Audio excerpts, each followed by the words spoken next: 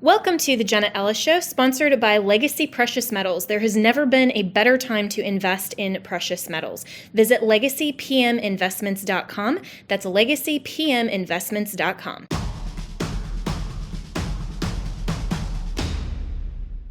Welcome. Thank you for taking us with you tonight. Kevin McCullough is my name. I don't much relish the days that I have to begin a broadcast with the news like what I'm going to, because I prefer to be optimistic. I prefer to be sunny and grateful and thankful for the world that we live in and the wonderful country that has given us so much opportunity. But it's when I get into the stories like this one that I begin to understand that if we do not fight for the principles that made us what we have been, then we will lose what we were, and I may not like what we're going to become in its replacement. Let me explain. Out of the Second Circuit Court of Appeals, Fourth Circuit Court of Appeals today, the Fourth Circuit with a 3-judge panel, so it wasn't the full court, it was just the smaller, issued a ruling 2-1 that affirmed a lower court decision that denied a preliminary injunction on the basis that parents had not shown how a policy is going to work in their claim that it will violate their children's First Amendment right to free exercise of religion. Now, what's the big issue here? Well, Montgomery County schools, and I've covered this on my shows extensively, Montgomery County schools about a year ago said we're going to start an LGBTQ curriculum and we're going to require that all students sit through it. Now, there were some Muslim parents, some Jewish parents, and some Christian parents from 3 very different branches of faith that all came together and said, but we don't agree with that curriculum, and we don't want that curriculum to be forced, mandated, thrust upon our kids. So they went to the lower court, and the lower court said, tough. So they appealed to the Fourth Circuit, which is not always the most constitutional circuit. And now the court there has found the same finding. Well, they've said, in essence, that the parents haven't proven their case. But my question is, why should they have to? Now, there are some options. This is not fatal. They can still appeal to the U.S. Supreme Court, and I'm hopeful that they will. But at the end of the day, this is Maryland's largest school district. And it's refusing parents to allow them to opt out their children from a curriculum that directly is in hostility with what their personal faith believes. Now, you can have a difference of an opinion. We can have marriages defined as things other than what they've always been defined as. That's the rule of the land now. But I'm not willing to give up this idea that parents are not still sovereignly in control over their children's educational options.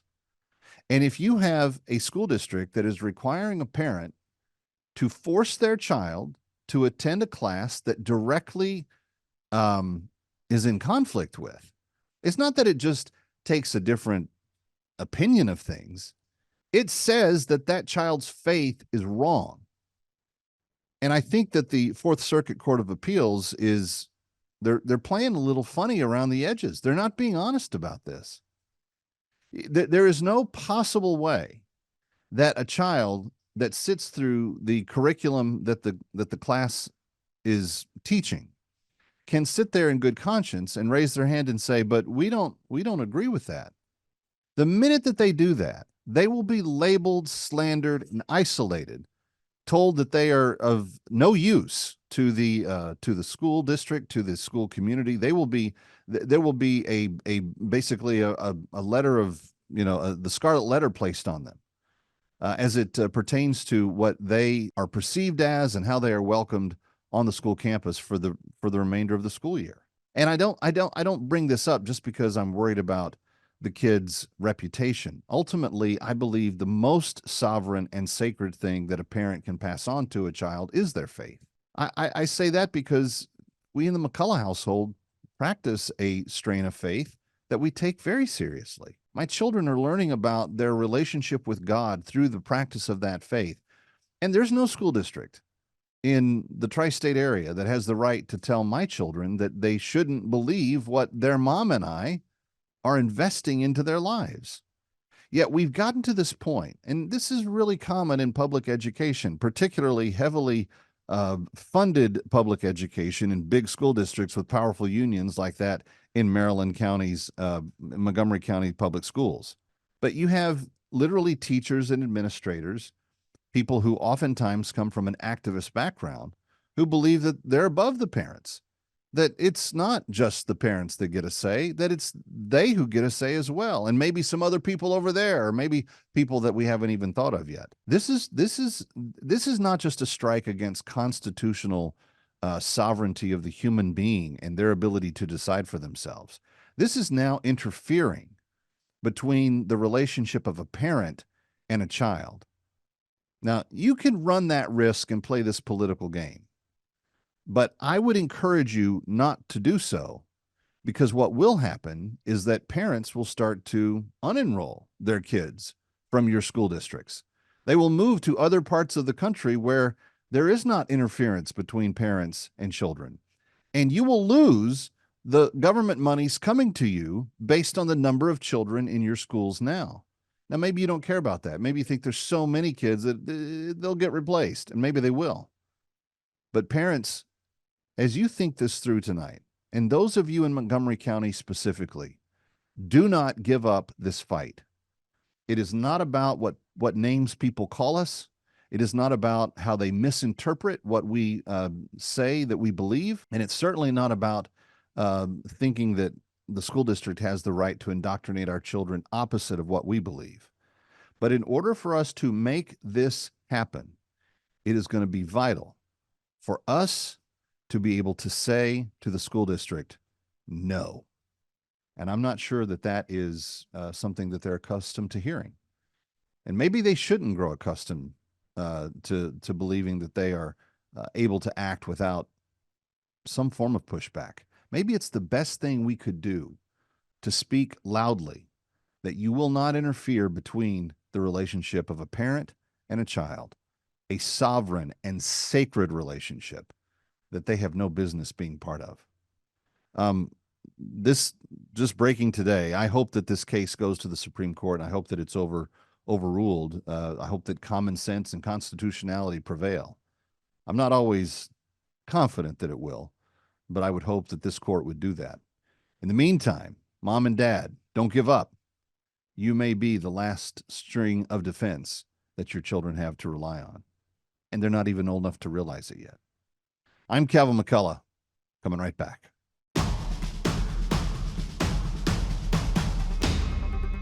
Hi friends, Jenna Ellis, host of Jenna Ellis Tonight, and we are experiencing instability at every level. Our government lacks leadership, and Bidenomics has been an utter disaster. The economy is in a fragile state. Inflation has been a constant issue. High interest rates have put significant pressure on the real estate market. There have been major bank failures, and many analysts say a stock market correction is likely overdue. We have global conflicts in Europe and the Middle East, and those have the potential to spread, but gold has soared to record highs even among the tensions. So there are so many reasons that Americans should consider wise investing, and investments in gold and silver, and Legacy Precious Metals is the gold standard. I love Legacy Precious Metals because of their zero hassle, education first approach. They can help you roll your traditional IRA into a gold IRA or ship metals directly to your house. Go to legacypminvestments.com, download the free investor guide, and I have read it. There is so much valuable information there. Friends, now is the time to not roll the dice on your hard-earned money. Find out about the growth potential that is in gold and that gold offers you. Contact Legacy Precious Metals and make sure to tell them that I sent you.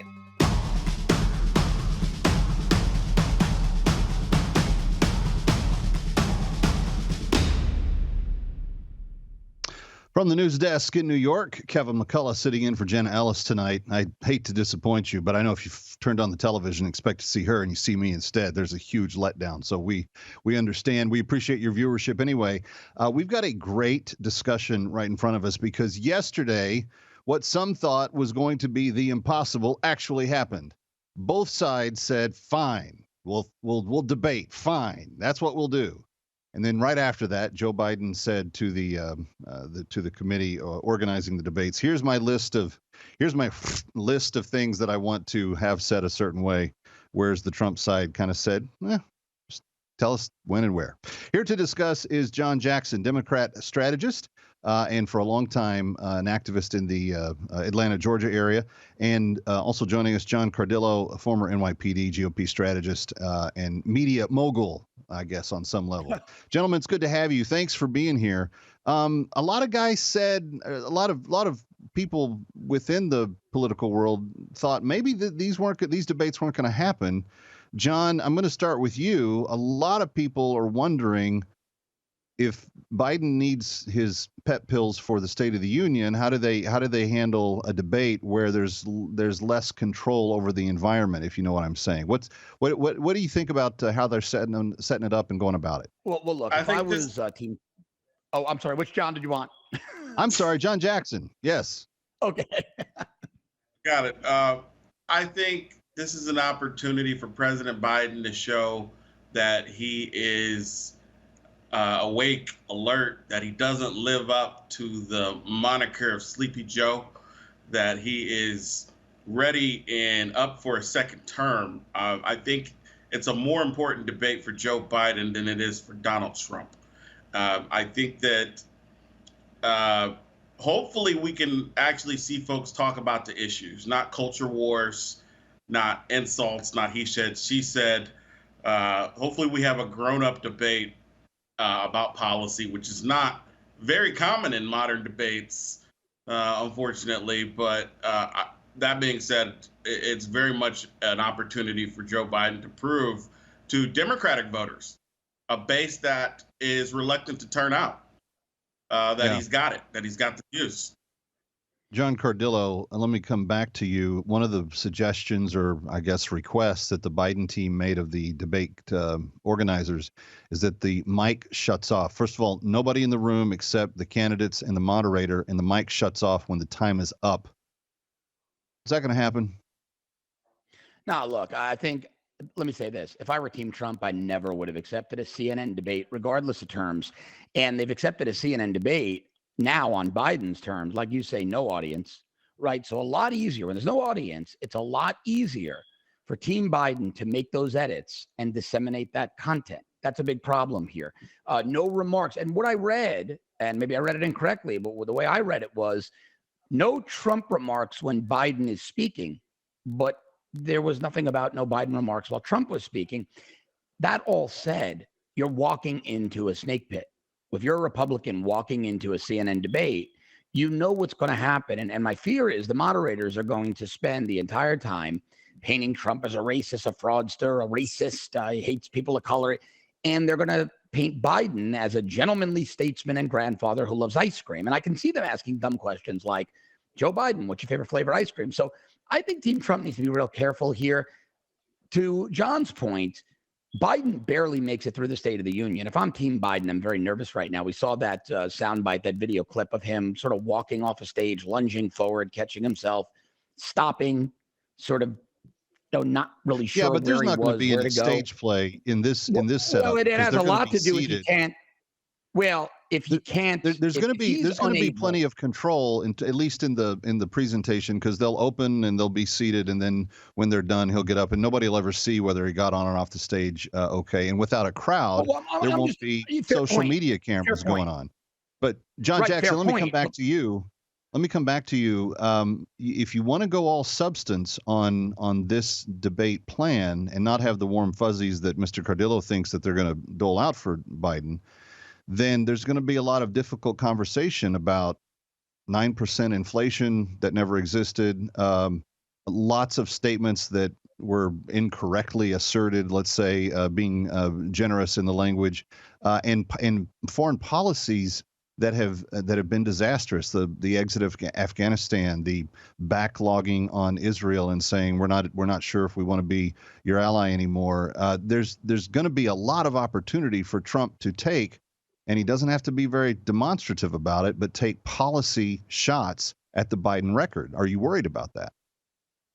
I think it's a tough situation the president is in because he has to appeal to such a wide coalition. Everything from never Trump Republicans to Democratic socialists, the Democrats are trying to appeal to. Well, and So don't you can't forget help those but Muslim fear- votes in Michigan and Minnesota. He needs those guys too.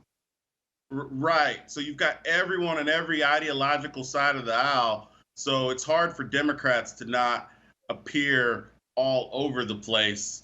In my opinion, he's best pivoting to a strong economic message, but he has some challenges in defending the Biden economy. In my opinion, Trump has an opportunity to paint himself as the stronger policy choice, whether it's true or not.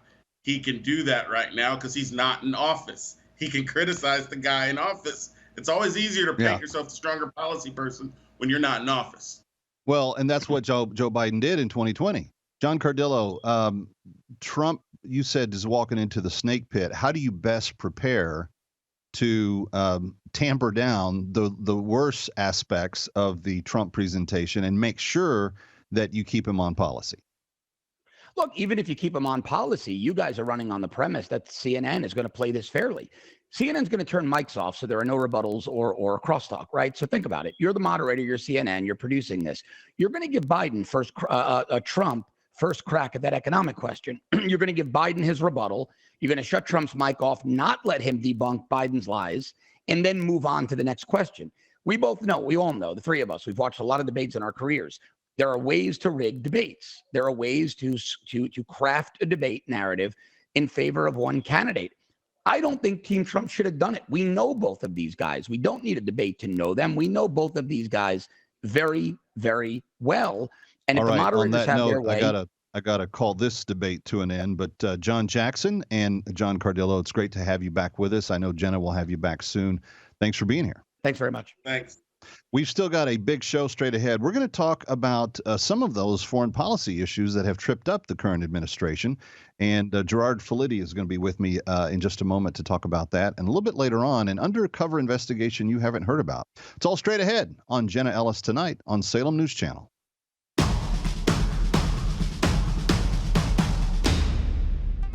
Well, friends, you might have heard that Mike Lindell and MyPillow no longer have the support of their box stores or shopping channels the way that they used to. They've been part of this cancel culture, so they want to pass along the savings directly to you by having a $25 extravaganza. I love that word, extravaganza. When Mike started MyPillow, it was just a one-product company. With the help of his dedicated employees, they now have hundreds of products, some you may not even know about. To get the word out, I want to invite my listeners to check out their $25 extravaganza. 2-pack multi-use MyPillows are just $25. MyPillow sandals, also awesome, only $25. Their 6-pack towel sets are $25. And brand new 4-pack dish towels, you guessed it, just $25. For the first time ever, the premium MyPillows with the all-new Giza fabric, just $25. And orders over $75 will receive free shipping too. This amazing offer won't last long. Go to mypillow.com, use the promo code Jenna, or call 800-564-8475 today. That's 800-564-8475, or go to mypillow.com and use the promo code Jenna.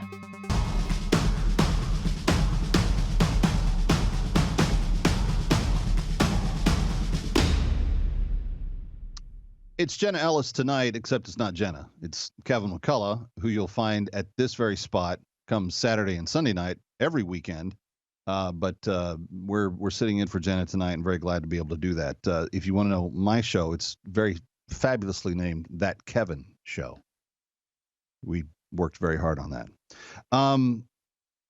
Shifting gears, we talked about the debates. I want to move to an even more serious topic, and that is the state of foreign policy and foreign affairs. We saw some developments just within the last 24 hours that seem to, I don't know, on some level be connected, but they certainly say something about the days in which we live. In Slovakia yesterday, we had the Prime Minister, Robert Fico, shot in plain daylight.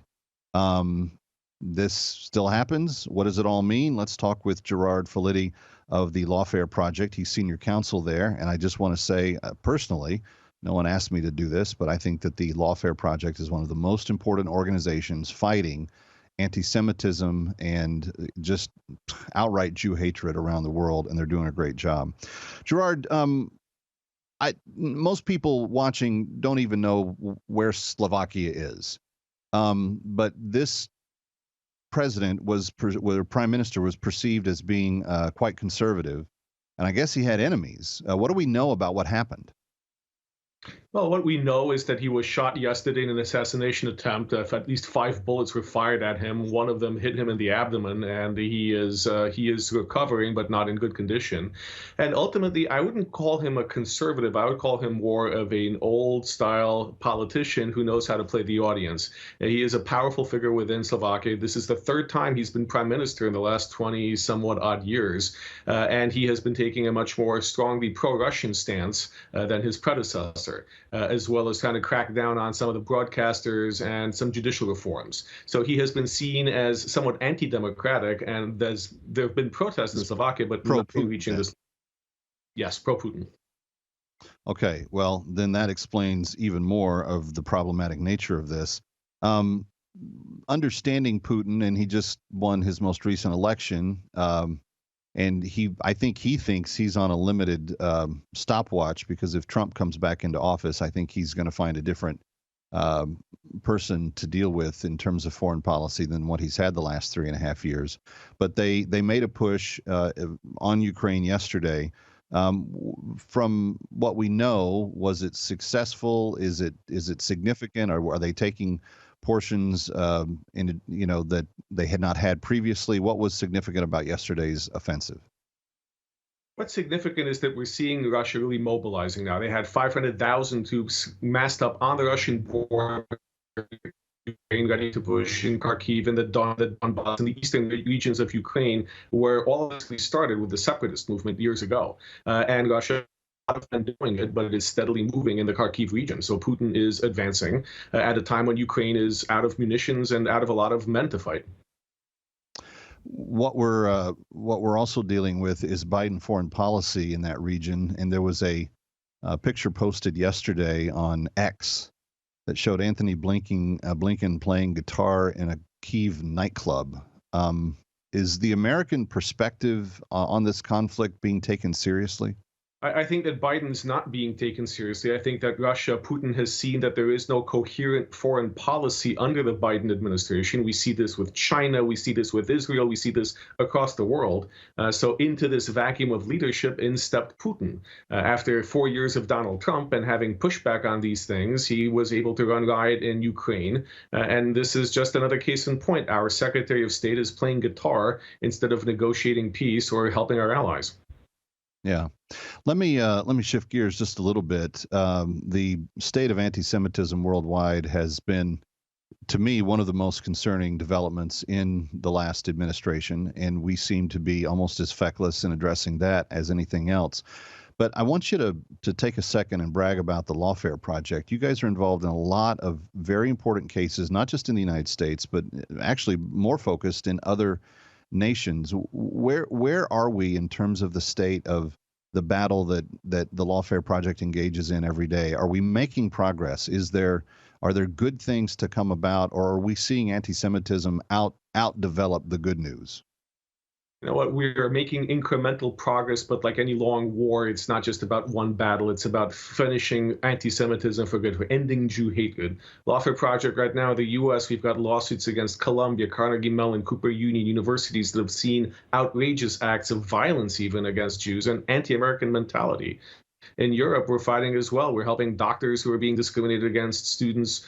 It's just disgusting that we've gotten to a point in our lifetime when we have institutionalized systemic Jew hatred, and that's tying into Islamofascism, that's tying into anti-democratic movements, into anarchy here in the United States. It seems that there's a groundswell, and we have Joe Biden who has not been addressing it. We have administrations. This administration is simply not putting its foot down and we see no law and order. We see chaos on the streets. Yeah. And the Lawfare Project is good at bringing lawsuit, but we need government action too.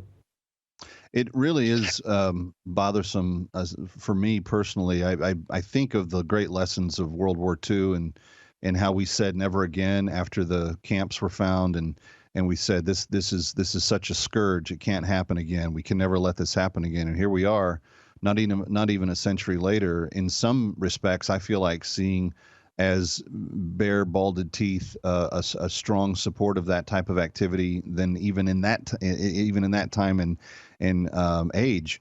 And the same is true on the Islamo-terrorism front. You know, it wasn't that long ago that 9/11 took place, and we said never again after that. And it's like America has so quickly forgotten what these really dark chapters of history held for us. And I just, in our final minute, just Gerard, how do we fix this? What is the end game? We need systemic change. We need to make anti-Semitism and anti-Americanism as ingrained in culture as everything else, because ultimately it's a civil rights issue. It's a constitutional issue. It's an issue of preserving our democracy. So we can't keep bending over backwards to accommodate people whose opinions of others, whose worldview is rooted in terror, in dictatorship, in destruction. Yeah, and what strikes me is that the Jewish people were the first ones to step up when every other civil rights group was violated. And who is standing up for them now? That's the question I would like to ask. Anyway, Gerard Filitti of the Lawfare Project, thank you for your time tonight. We appreciate you being with us. A pleasure. Thank you. Kevin McCullough in for Jenna Ellis. When we come back, there is an investigation ongoing that is not being very well amplified. We're going to talk a little bit about what they discovered and why when we continue on Jenna Ellis Tonight, Salem News.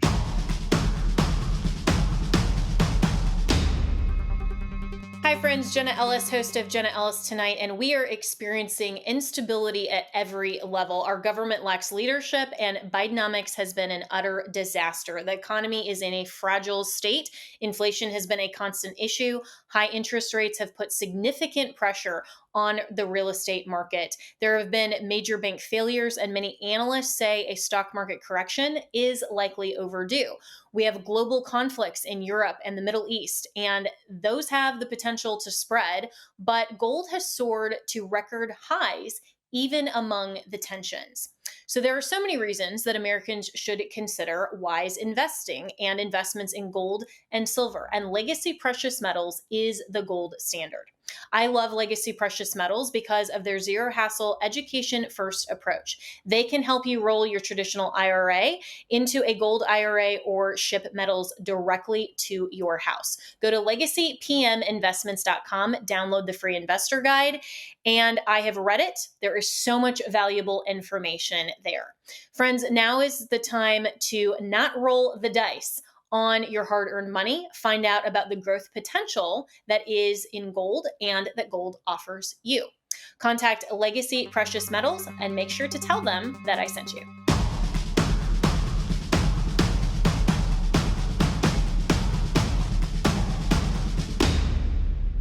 Welcome back to Jenna Ellis Tonight from the news desk in New York. I'm Kevin McCullough, sitting in for the vacationing Jenna. You will catch me this weekend with That Kevin Show at 9 p.m.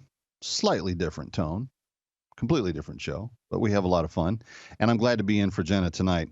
My next guest is Matthew Tyrmand. He's the head of V24 Investigation. And if you've been watching Jenna Ellis in recent weeks, you know that V24 has been very active in penetrating the story on the college campus where some of these most vile things have been said and supported and protested for. Matthew, it's good to meet you personally on my behalf. I know you've been on Jenna's show before, but I'm glad to talk to you. Before we talk about the new school that you're going to talk about tonight, the general consensus of what you're finding across these college campuses is being mirrored campus to campus, is it not? That these kind of scallywag professors that are putting these shameful thoughts into the students' heads, they all kind of come at it from the same agenda, no? No, that's a great word, scallywag. Haven't heard that one in a while. Excellent, excellent adjective. No, you're exactly right. And we know this, your viewers obviously have self-selected interviewing, the great work that Salem does. We are in a battle that's ideological and cultural in nature against a left that derives its pseudo-intellectualism all the way back to Marx. All the things we've seen, colonial settler Marxist theory, what makes an indigenous person, the idea that those who are white and if you go to Israel, that's the great irony because it really is the most multi-ethnic and multi-graded skin color variation. But the Israel and Jews in particular get a bum double standard from those who perpetuate this movement, this Marxist colonialist settler theory, by virtue of the success they've had economically, the prosperity that they've been able to achieve for themselves and their people. That comes down to, we could have a long discussion of the philosophy of the biblical precepts in the Old Testament that bred the New Testament, but the Jewish diaspora has always succeeded even amongst the bigotry and oppression that they faced in this oldest form of bigotry for thousands of years. And seeing this now perpetuated out of the academy on such an institutional level, there's somebody on Bill Maher and others who have said, imagine if we replaced the verbiage and instead of had, the word Jews or Zionists or Israelis, blacks or Mexicans, Hispanics, any other group that fits along this intersectional pyramid based on race, but really goes back to the Marxist structure of class, we'd be having a different debate. There would be no way there would be an acceptance of these kind of protests and encampments. Nope. And student groups trying to tear down the fabric of society the way they've been doing in leftist movements since the 60s. But this would be unacceptable. And that's why we went into the campus. So, Matthew, you've kind of done these, you've rolled these out kind of one at a time. Just in summary, tell us what schools you've already revealed and then unveil the new one tonight. Sure. And just by way of background, our V24 Investigations is the investigative journalism unit of Visegrad 24, which is a social media news aggregator site that I've worked with for years in Europe that was focused on issues of sovereignty and providing Europe and the globe a English language right-wing perspective, first starting in Central Europe, Poland, Hungary, Czech Republic, the Visegrad countries, then across the EU, and then in the greater West, including the US, and then a very deep pivot on October 7th to covering everything going on with the Israel-Palestine debate because of the loadedness of the analysis from the mainstream media, who would take the UN and UNRWA's reports at face value. And that's what catalyzed me building this investigative unit under their aegis and then going to the campuses. And we started that 4 or 5 months ago.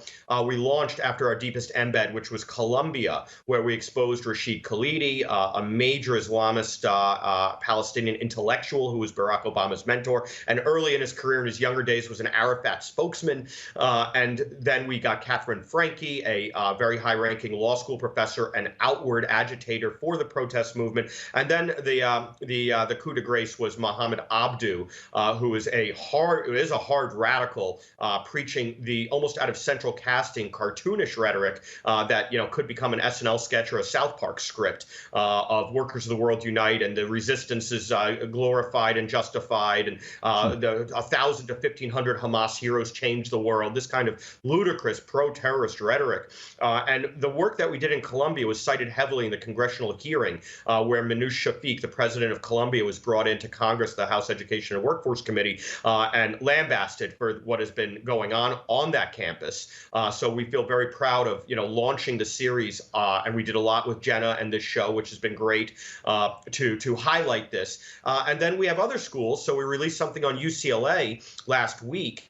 And UCLA was interesting because instead of professors and admins, we got students. And we got some interesting sound bites from the students, including two real, money shots of them saying what we kind of knew, but nobody had documented before. One is that why do they wear masks? And the students, proving how indoctrinated sheep they were saying things like, well, the Jews run the companies. Jewish CEOs own the businesses in which we will want to get a job at later. So we cover our faces so that if they Google searched us, they would not find us participating in this. So on some level, they know that they're involved in something that is so anti-societal. But of course, they veil it still in the structural racism they're being indoctrinated with, the Jews, the Jews, the Jews. And then other students we'd spoken to said things like, when asked about the level of student engagement with the encampment and the protests, how many of these are students versus outside agitators? And the estimate we got from the students' mouths themselves on campus, on UCLA, and UCLA, remember, was the second biggest campus encampment and news generating debacle after Columbia. They said 10%. They said that their estimate was it was 10% students and the vast majority outside agitators. And this led to our story we broke yesterday, which we can discuss now. Yeah. Well, and you've got a long list of these schools that you still can reveal details from. Yeah, in just our last 60 seconds, we've only got about 30 seconds. What's the latest development?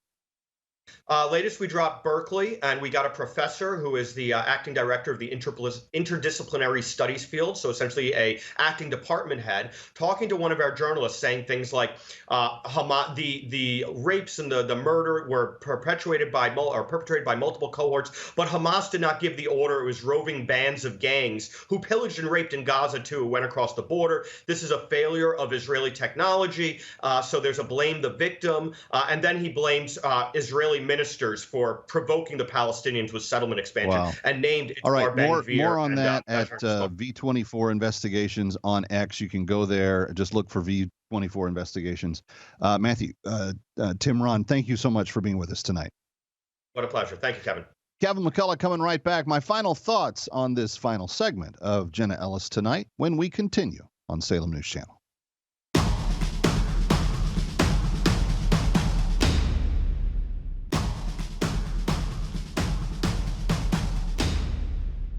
And welcome back from New York, Kevin McCullough. Glad to have you with us. Finally tonight, you can't make some of this stuff up, friends. I've spent a good amount of time on multiple outlets in the last few days talking about, the poll numbers, and if you see and if you look at the New York Times polling, if you look at John McLaughlin group polling. If you look at the Washington Post, if you look at Newsmax, if you look at Fox News, if you go kind of across the whole spectrum of the polls, they paint a picture. And let me be very clear. I've never said that polls are an absolute indicator of how an election is going to turn out. It's a snapshot of what the people feel on that day.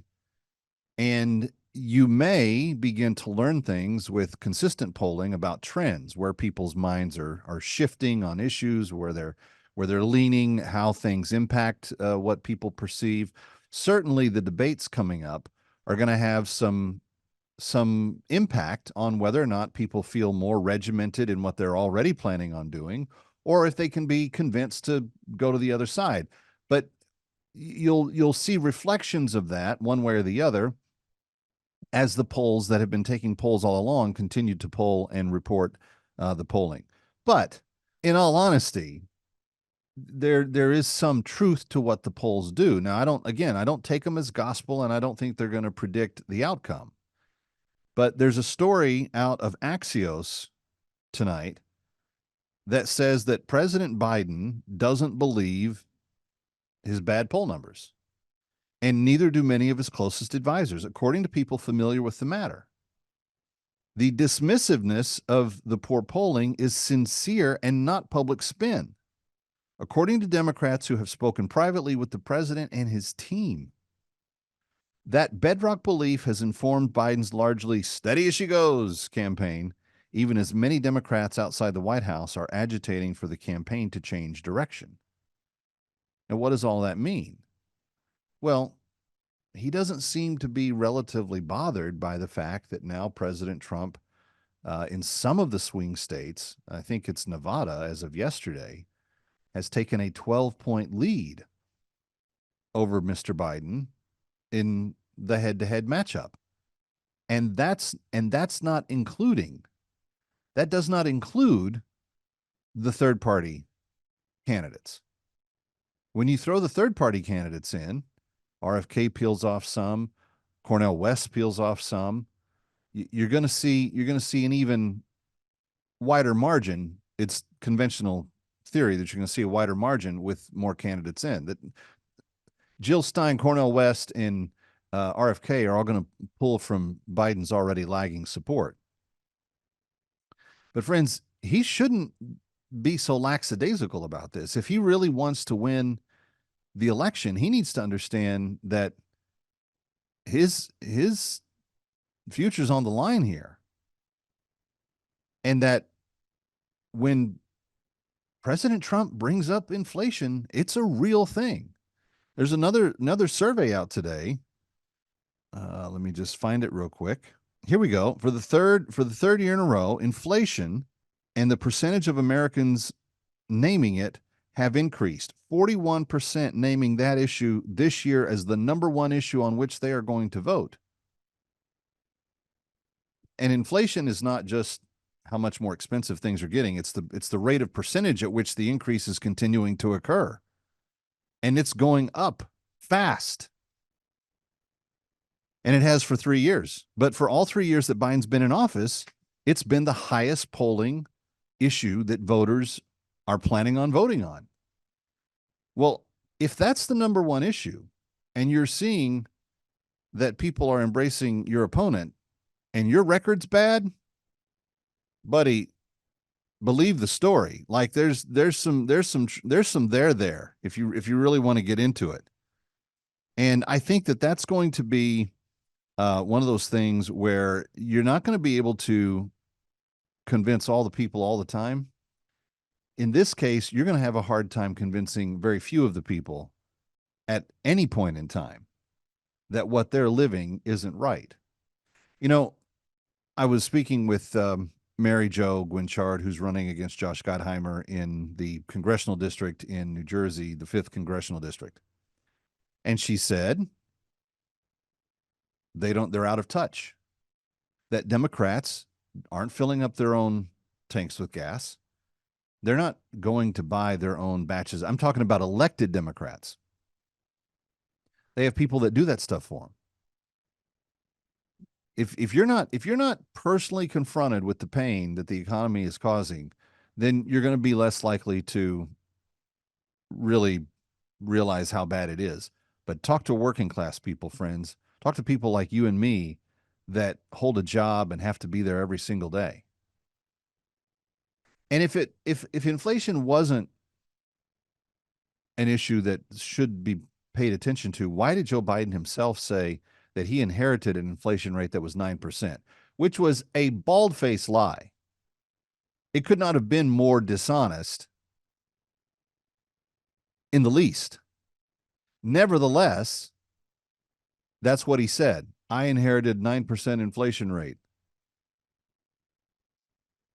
And now I've got it down to, whatever it's down to. The truth is, inflation, like interest, compounds. And as it has compounded over these last 3 years, American families have gotten poorer by the day because their cash was worth less in terms of goods and services. And the rate of increase is growing like someone's pouring gas on a fire. But sure, go ahead and not believe it. Sure, believe that every single poll that's out there is wrong. When I complain about bad polling, particularly as it relates to presidential races, it's because I know that the polling is faulty because of the weighting. I know that the New York Times weights more Democrats in its polls than Republicans by way of the percentage of the population. In other words, they don't mirror the population percentage in their poll. They add a little more Democrat than Republican, and they usually get left-leaning outcomes. But if the New York Times, with that polling mechanism, says that Donald Trump is beating Joe Biden severely in several of the swing states, friends, that's not a combination that works in any other direction except revealing a big truth, which is that Joe Biden has problems and that he needs to shore them up if he has a chance of winning. Not that I want him to. Personally, I don't. Kevin McCullough, very glad to have you with us from New York.